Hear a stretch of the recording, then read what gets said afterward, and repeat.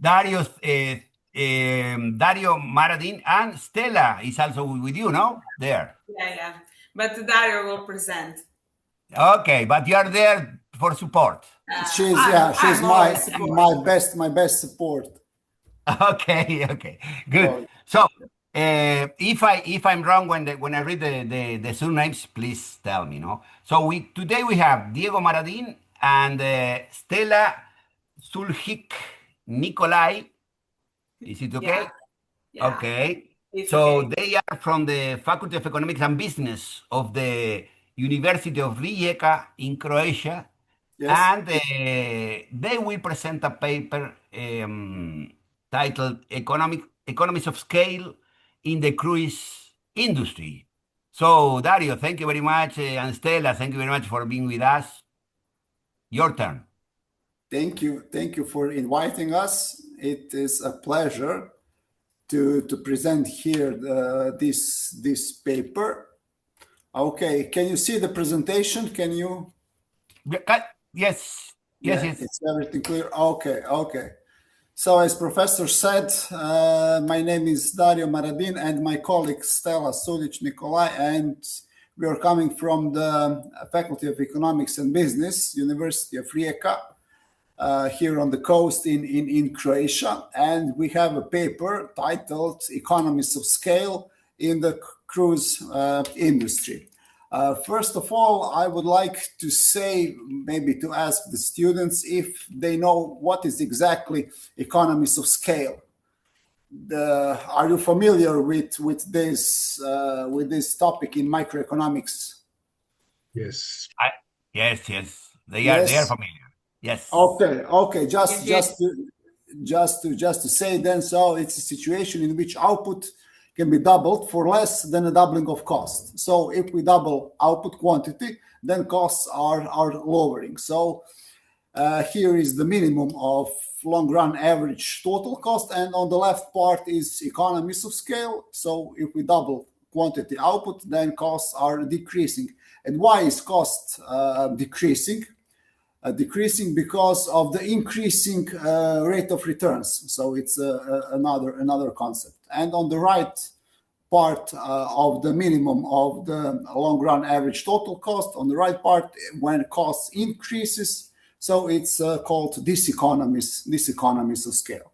So this is just the introduction. And of course, there are some advantages and disadvantages of the economies of scale. Of the advantages can be, for example, increased efficiency. So here in our paper we will talk more about the gains and of that increased efficiency. It also could be the market dominance, because of course costs are lowering, or we have a cost reduction. Then economies, marketing, distribution, and some other things. On the other side, there are some disadvantages of this economies of scale. As we said, when cost increases, this is called diseconomies of scale. It's about also initial high investment. Of course, capital investment, like here in the cruise industry. There are also some technological constraints, rigidity, complexity, and so on. So here in our paper, what is the purpose? So the purpose is to examine the role and impact of economies of scale in the cruise industry. So we choose that specific industry, and to explain what are economies or maybe diseconomies of scale in that industry, and how companies benefit by utilizing that. So exploring internal and external factors. So here in the paper we introduced some internal factors as operational efficiency, managerial efficiency, and financial efficiency, and some of the external factors and how that factors can drive cost efficiency and strategic advantages in an industry where sustainability plays a crucial role. We already know that sustainability nowadays plays an important role in every aspect, and this is especially in the cruise industry, where there are huge quantities, huge amounts of waste, and so on. So here we have some research questions. For example, how that cruise companies benefits from the economies of scale in the ship construction and onboard services. Of course, we will talk about the production or construction of large ships, and also about the services in that industry, and how does ship size influence these benefits. So, of course, if there are large scale or small shifts in the industry, so what are the benefits? As I mentioned something, so we will talk about what internal and external factors influence the realization of economies of scale in the cruise industry, and how do sustainability efforts, market trends, and innovation affect economies of scale in the long run. So these are some questions that we want to answer in this paper. Some characteristics of the cruise industry. So it's a unique industry. So it's a unique service model when it combines several aspects like transportation, accommodation, entertainment into single integrated offering. Of course, it's a capital-intensive industry, so an owner or a company should use a large amount of money to invest in the ships, for example, in the cruises, of course. But on the other hand, it's also the rapid growth rate of that industry, and that is especially in the last maybe 20 years or a few decades. Maybe you know that it's market shifting from luxury to mass tourism, and for example nowadays every family or a wealthy family can go on these cruises. So it's not just for the luxury. Of course, you have to have enough money, but nowadays it's more of the mass industry, and it's North America dominant, but also Europe and Asia is growing in that sector. Here we present some costs of fixed cost and variable costs in the cruise industry operations. Of course, the dominant costs in the commission and transport in that industry. It's also about huge costs in marketing, selling, and administrative expenses, some other operating costs, and also there is a payroll for paying workers in that, fuel, of course, food on board, and some other costs. So this is the structure of the fixed and variable cost by years. We have data from 2017 to 2019.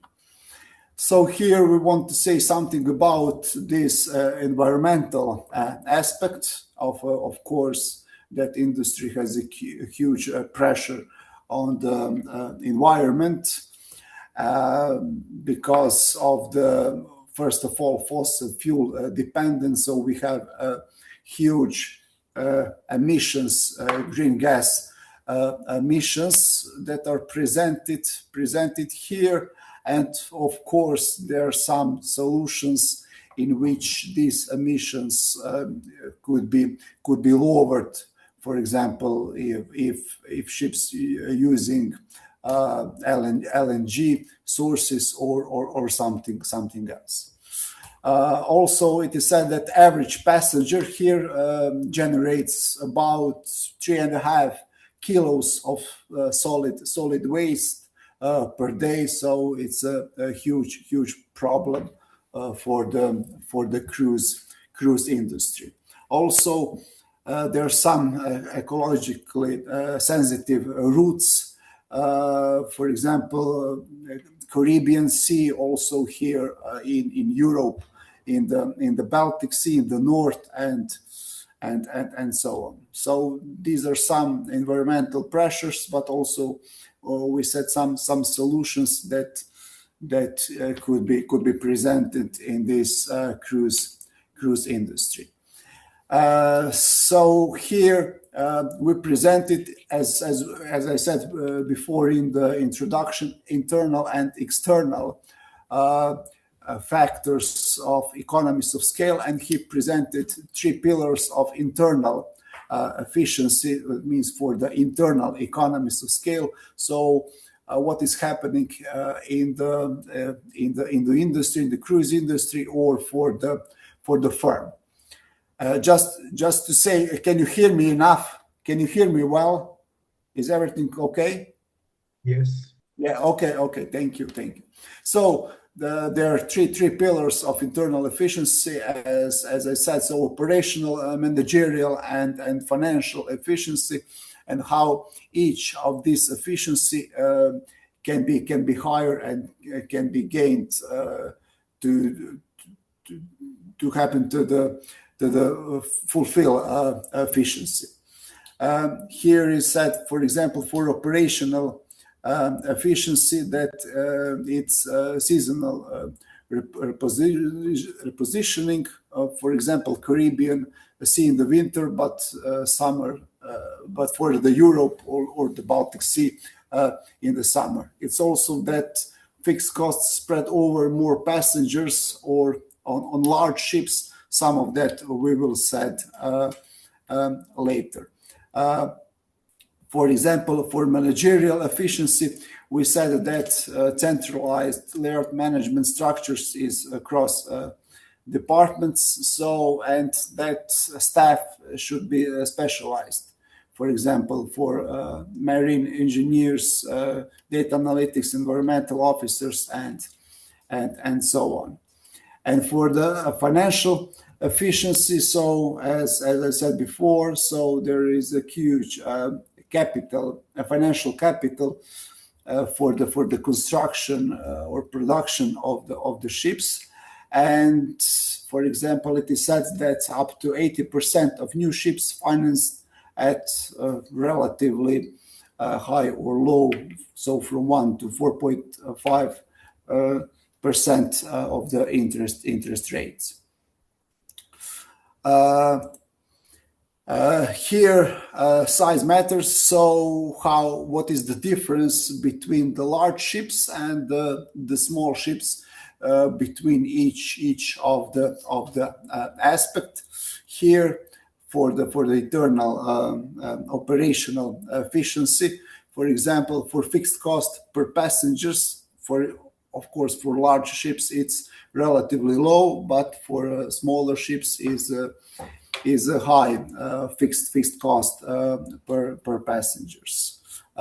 Also about the technology integration, it's better for the large ships. For example, predictive maintenance, automated navigation, and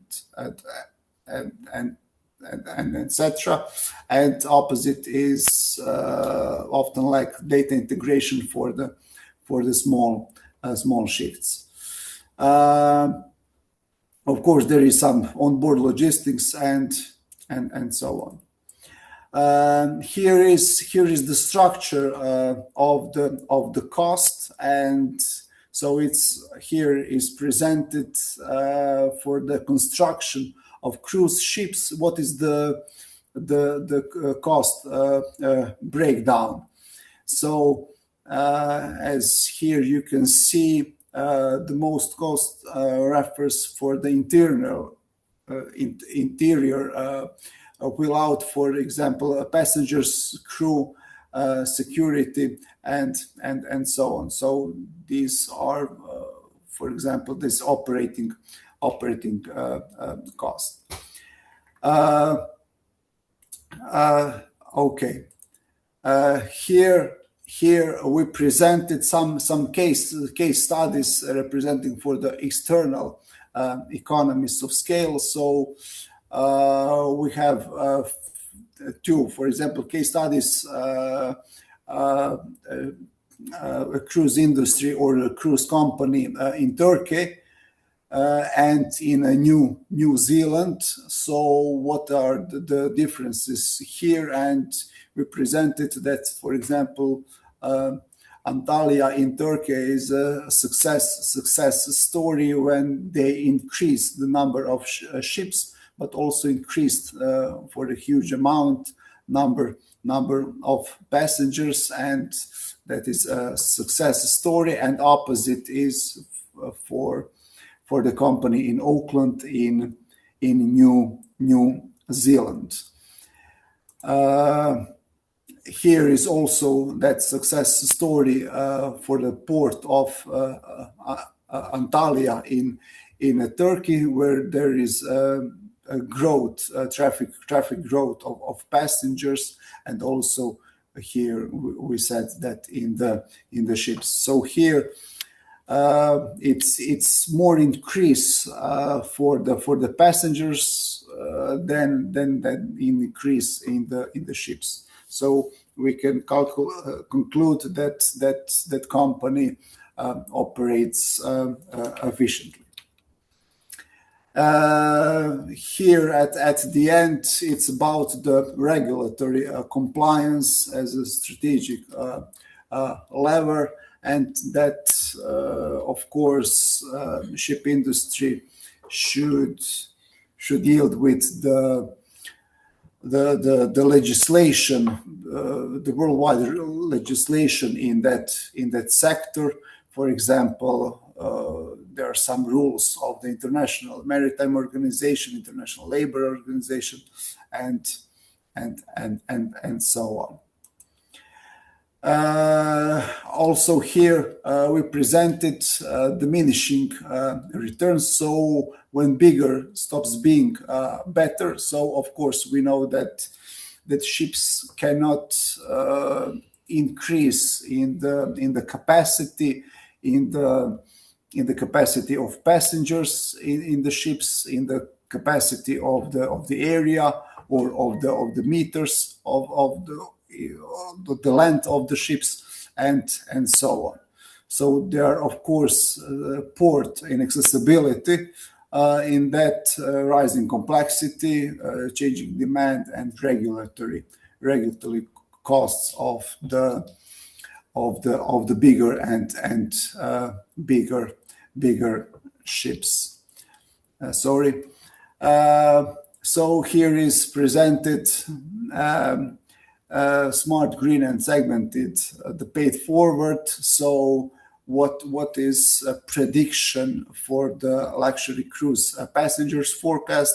So that the passengers will increase. So of course here is decrease because of the, unfortunately, COVID pandemic, but from then there is a huge increase in the luxury cruise passenger numbers.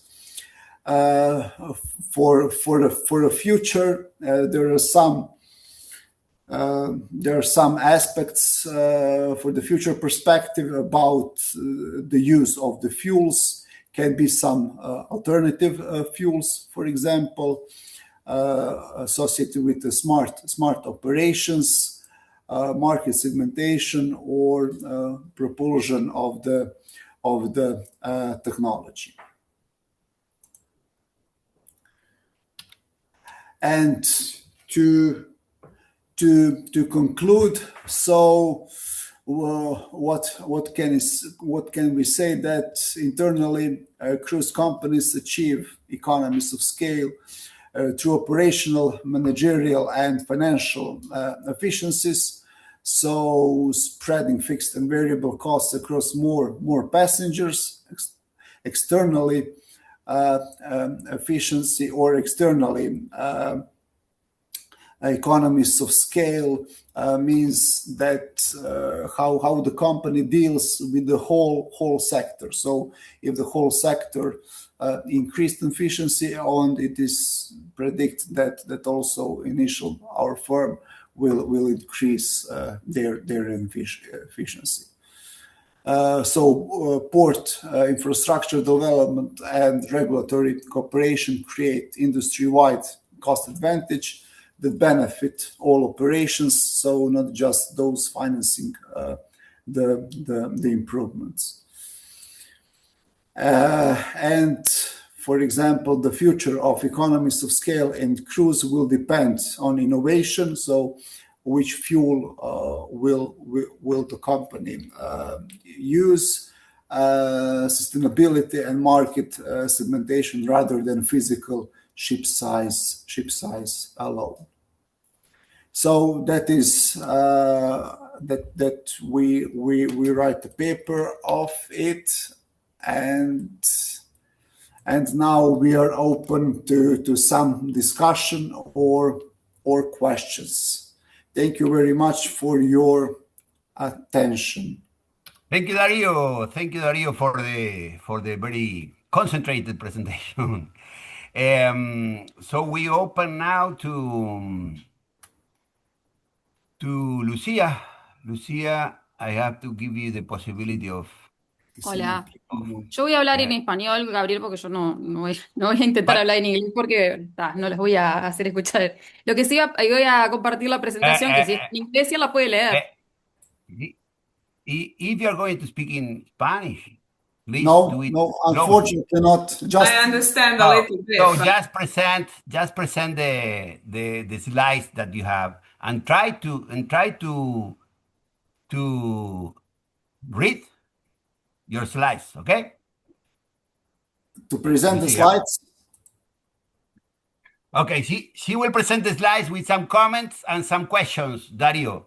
Okay. This is part of the homework, let's say, for the students of the master, okay? Okay.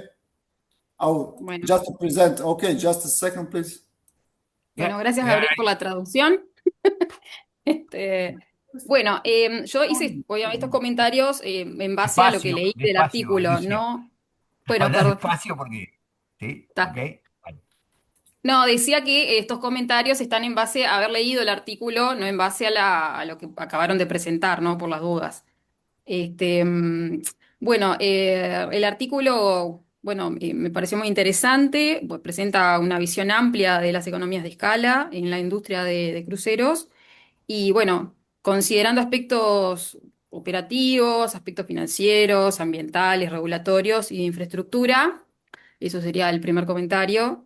Después, como segundo comentario, bueno, el trabajo reconoce que, bueno, el aumento del tamaño del barco puede reducir costos, pero bueno, que también genera restricciones operativas, tanto portuarias como ambientales. Un tercer comentario respecto a que, bueno, la discusión sobre la innovación y la sostenibilidad permite pensar cómo puede cambiar la industria en los próximos años.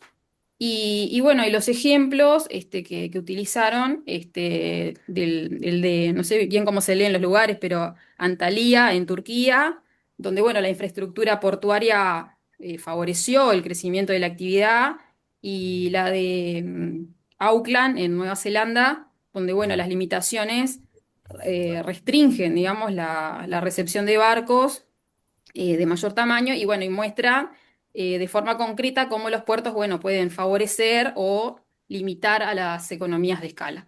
Esos serían más o menos comentarios que preparé. Y después también preparé 4 preguntas. Mi idea es comentar las 4 preguntas y después que ellos respondan. Les puse número para que quedara más fácil, la 1, la 2, la 3 y la 4. Bueno, la primera pregunta, traté de hacer preguntas que no se respondieran, digamos, en base al artículo, porque no tendría como mucho sentido. La primera pregunta, bueno, de todos factores internos y externos analizados, ¿cuál consideran hoy el más importante para lograr economías de escala? Como segunda pregunta, entre las tecnologías mencionadas en el artículo, ¿cuál creen que tendrá mayor impacto en la eficiencia de la industria durante los próximos años? Como tercera interrogante, ¿qué aspecto de las economías de escala en la industria de cruceros consideran más importante para futuras investigaciones? Y como cuarta y última interrogante, en términos generales, si creen que la infraestructura portuaria podrá adaptarse al crecimiento de los barcos, que bueno, que cada vez sean más grandes. Esas serían las 4 preguntas. Gracias. Thank you, Lucia. Leave the slide there so Dario can see the questions. So your reaction, Dario and Stella. So the first question, among all the internal and external factors analyzed, which one do you consider the most important today for achieving economies of scale? So I will here, my perspective is that we should include, first of all, financial aspect, internal financial factor, because it's a predominant factor, because of the financial aspects is the starting point for the all factors. So, for example, we could have a good or a perfect managers, a good managerial factors, or good operational, but without financial aspects, we are nowhere. So regarding the economies of scale, I think the financial aspects is predominant in this situation.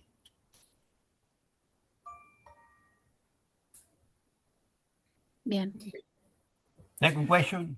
Among the second question is, among the technologies mentioned in the article, which one do you think will have the greatest impact on the industry's efficiency in the coming years?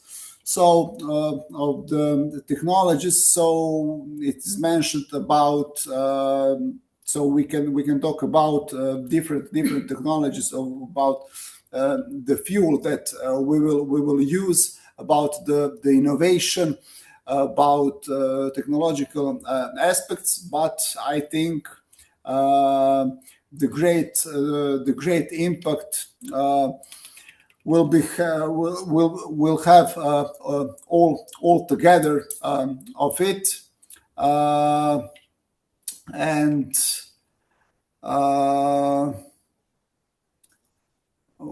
which one do you think will have the greatest impact? Yeah. So I think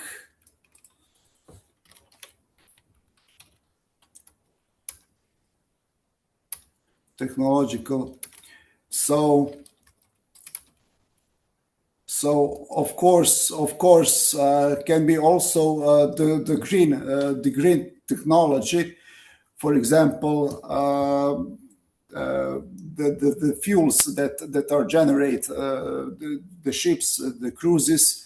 Maybe that green technology will have the higher impact because of the greenhouse gases that are negative for the environment, and green technology will have the greatest impact on the cruise industry in the coming years. The third question is, what aspect of economies of scale in the cruise industry do you consider most important for future research? So for future research is just to combine this financial aspect, and as well the the level of that technology. Economies of scale in the cruise industry. And for the fourth, in general terms, do you think port infrastructure will be able to adapt to the growth of increasingly large ships? I think not. There are several reasons for that. We already know that ships can be bigger and bigger. So for example, 300 meters in length, and some port infrastructure cannot adopt that ships. So for that, we should limit the size of the ships, and that every ship can stay in the ports. So this could be also the problem, because that these large ships can stay only in some ports. For example, here in Croatia, in our city here in Rijeka, unfortunately our port can not very enough for big ships. So can stay only not too big ships, but middle-sized ships. So I think it will not be that the port infrastructure will be able to adopt any ships.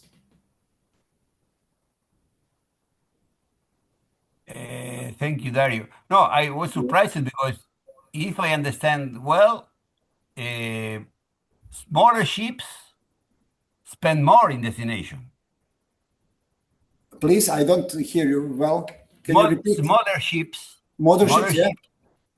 spend, the passengers of smaller ships spend more in destination, no?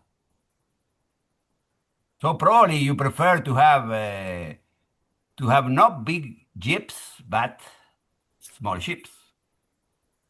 Yeah, I agree. So it's not unfortunate for the city, but probably it's better for the city, no?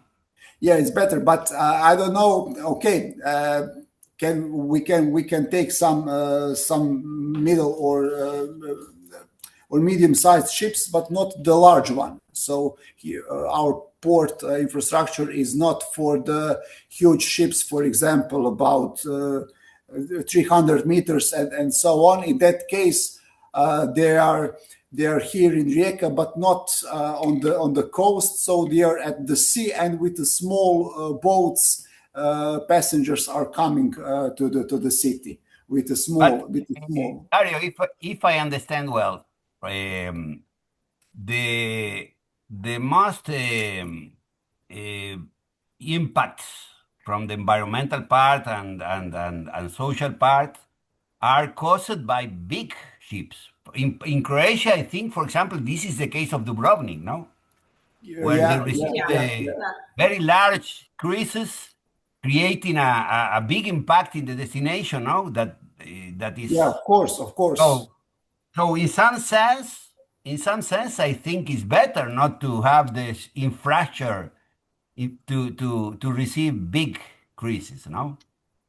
But yeah, here is a question for whom is better. For example, for local population, for local citizens, it's not. They are not satisfied that, for example, every day there are a lot of passengers came into the town, into the city, and here we talk about, I think, per day about maybe the 50,000 or 20,000 passengers. So it's a double of the population that are living there. So good business for the companies, bad business for the destination. Yeah.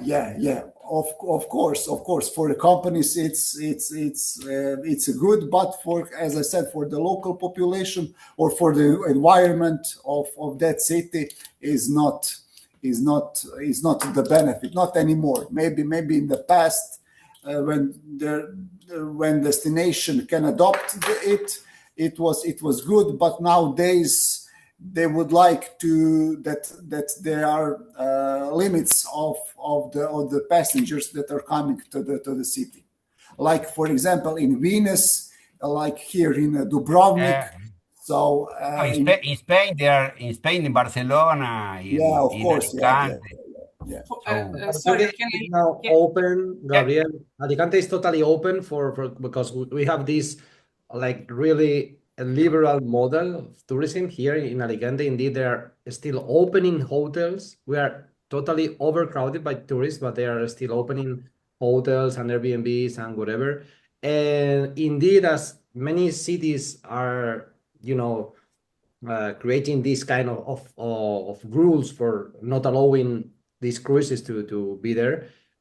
Cities like Alicante are adopting more and more, cruises because of other cities are not open for them. So these medium cities, these second option cities are nowadays accepting cruises because other like Valencia or like Barcelona, for example, are not open for all the cruises that want to be there. So it's interesting because I suppose that it's been creating like a second option city for cruises. Maybe the cities want to go to Barcelona, but as Barcelona is closed, they need to find another location like Alicante. So I don't know how they are going to solve these many problems that the cruises have, in these impacts that you were talking about. Because but I think that this is something interesting to study, Gabriel. This is the second option for cruises because the main cities are nowadays closed for cruises.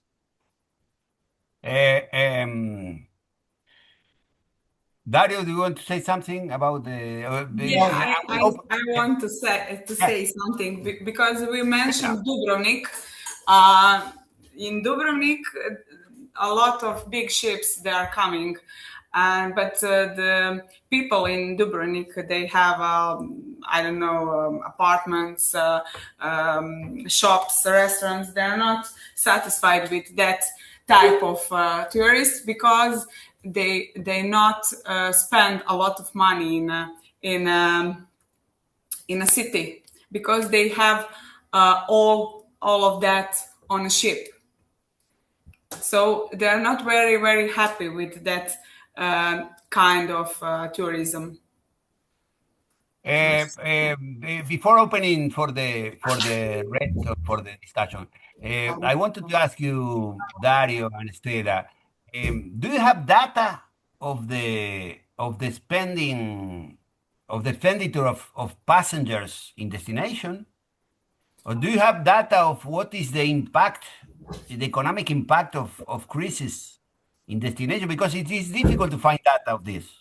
Yeah, unfortunately, we don't have the data, but that, as colleague Stella said, that passengers, that tourists are not they're not spending too much as we hope they will spend. But you don't have the proof, they say, because So for the locals, for the local population, or for city and so on, these tourists generate more. I can say more damage than the benefits, as I can say that. For example, because of the waste, of the pollution, and etc. But they're not spending too much, like I guess in the hotel industry, when they're staying, when they're consuming in the restaurants, coffee shops, coffee bars, souvenirs shops, and so on. So as colleague said, Sorry, I need to go out. Stella, thank you very much for being with us.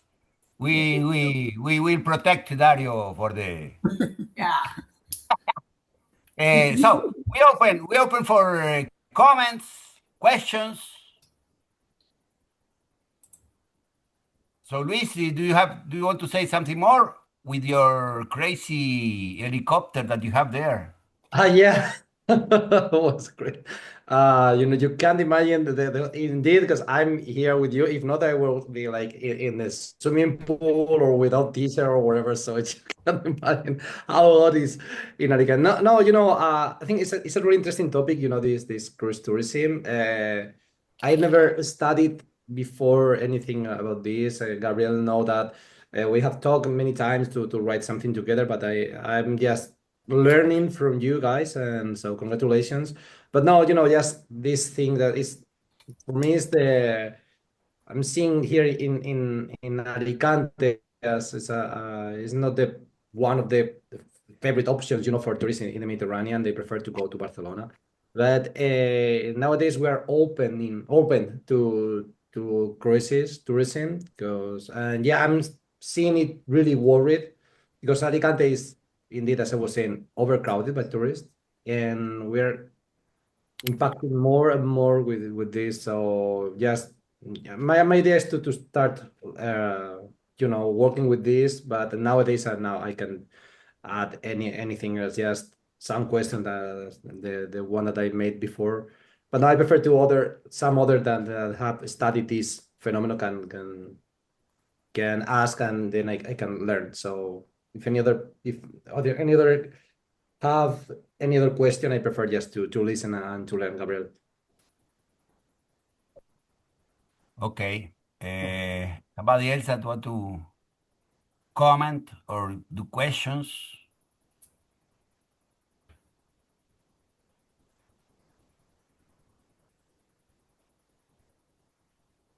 Dario, are you planning to continue doing research on this cruise sector? We are planning, but we have a lot of papers to do in next period. So the topic is very interesting, and I hope we will continue with this topic. Okay. New data. I think it is a hot topic in the world, no? Yeah. We have all hot topics. No, the topic is arriving also to the newspapers now because of the problem with the antivirus that you saw. There was a ship in Patagonia with antivirus, no? Remember? So this was a luxury cruise. And also in Barcelona, for example, they restricted the maximum quantity of cruisers that can disembark per day in, I think, 30,000. So look at the numbers, 30,000. Yeah. And they fixed now a new tax for each cruise passenger that disembark to Barcelona in, I think, is 40 euros, something like this. So the topic, I think, is in the air. It's a hot topic now, and the politicians, I think, they are starting thinking on what are the impacts of this type of tourism. No, Dario, I have one question. Okay, as any other is asking anything. I remember when during the COVID, that many techno optimistic people start to write about to drive the tourism using artificial intelligence and data in order to know exactly where the people is, and then I don't know, apply a different kind of politics or I don't know, prices, whatever, in order to to reorder the people in a city or whatever. Do you think that in any there is any opportunity or any option for innovation, for artificial intelligence, for these kind of technologies that I don't know, apply any kind of solution in order to solve this kind of problem that we are having with more and more people traveling and in different cities, traveling not just to the hotspot like Barcelona, but as I was saying in Alicante. I remember when I started to live here in Alicante like 20 years ago, Alicante was empty during July and August, totally empty. And now this is overcrowded. So I don't believe in this that innovation will save us. I'm sorry. I suppose that innovation will help us, but not save us. But do you think, Dario, that there is any kind of option, apply any kind of innovation or whatever in order to solve this problem regarding overcrowding? Then, and the crises are also adding more and more problem in this, or it just to cut the number of people, as Gabriel was saying, and this is the maximum level of people, and that's all. Yeah, I think so. For example, our government, I think, also said that for example, this year, or we are at the maximum of the tourists that Croatia, for example, can adopt, can save people. So, for example, and on the other hand, tourists will have to find some other places that will replace. For example, I think nowadays nobody wants to go to Dubrovnik here in Croatia or to Barcelona in Spain in the summer, and want to find some other tourist places.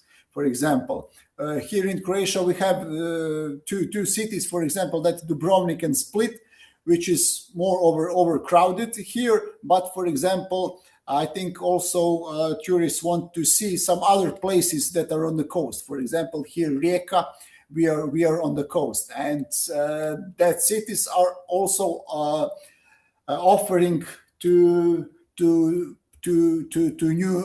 tourists. So it's dispersion or the of the places. And also, of course, we want to increase the number of months in the season. For example, that it's not just in the summer, for example, July and August. We want to have a season of April or May to October, for example. I agree with you that maybe that there is no place always to put innovation or technology in that, but also I think we should cut in somehow the number of passengers. For example, in Barcelona, we all know for the locals there that locals don't want to have more tourists in the summer or in some periods, and this is exactly the same problem here in Croatia in Dubrovnik.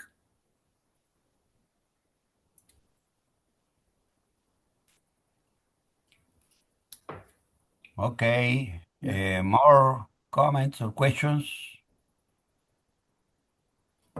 Oh, Luis, you are from Paraguay or Argentina that you're drinking mate? No, it's, the first person in the world that invited me to a mate was my friend, my dear and close friend, Gabriel Brida, in La Plata. I have some photos from that moment. So no, I'm drinking, but I have to say that I'm supporting also Argentina, not just Uruguay. Okay. No, I bought this in Montevideo. Good. More comments or questions? No, your car, Gabriel. I was seeing your car there in your picture behind you, the Ford that you have, the 4T. Yeah. That's amazing. You have to visit Montevideo. Well, Montevideo. You have had the opportunity of riding in this car, no?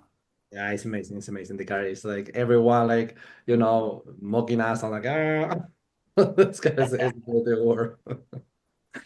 Good. Somebody else? No more questions?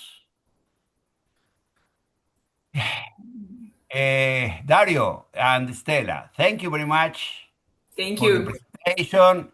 Try to be in contact with us. We are also performing a lot of research on cruise industry. But fortunately, in Uruguay, we have data from the Minister of Tourism with the expenditure of the passengers that disembarking in the two ports that we have, Montevideo and Punta del Este. So Veronica can send you also the call for paper for the workshop, no, Veronica? So that we are organizing a workshop in November here in Uruguay, in Colonia, that is a city from to Buenos Aires. So if you have the opportunity, if you want to come to present some research here, you're welcome.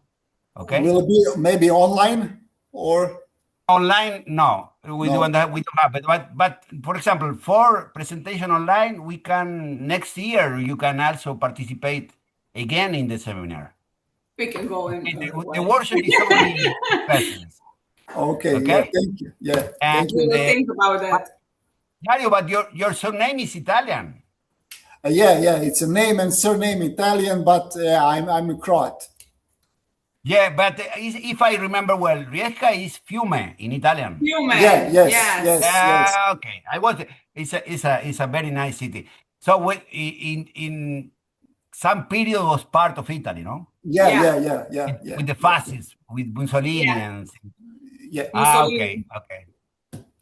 But Thank you. I have a Slovenian surname. My second surname is Sogrisek, as you can see here in the. Oh, So I think it's a common surname there, no? Ogrisek. yeah, maybe. Yeah. Maybe. Yeah, you're right. Yeah. Thank you very much. Thank you very much for you, and thank you for everybody for being here.